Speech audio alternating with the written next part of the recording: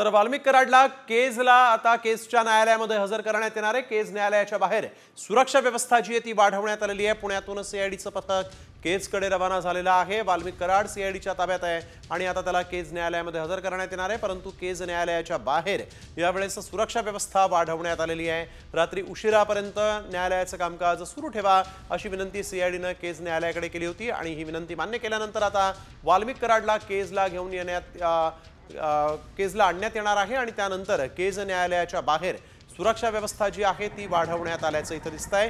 केज न्यायालयाच्या बाहेर सुरक्षा व्यवस्था वाढवण्यात आलेली आहे।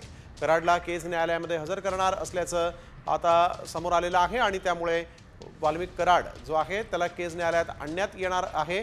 त्यानंतर आता केज न्यायालयाच्या बाहेरची सुरक्षा व्यवस्था पोलिसांनी वाढवलेली आहे। इथं तगडा पोलीस बंदोबस्त ठेवण्यात आलेला आहे।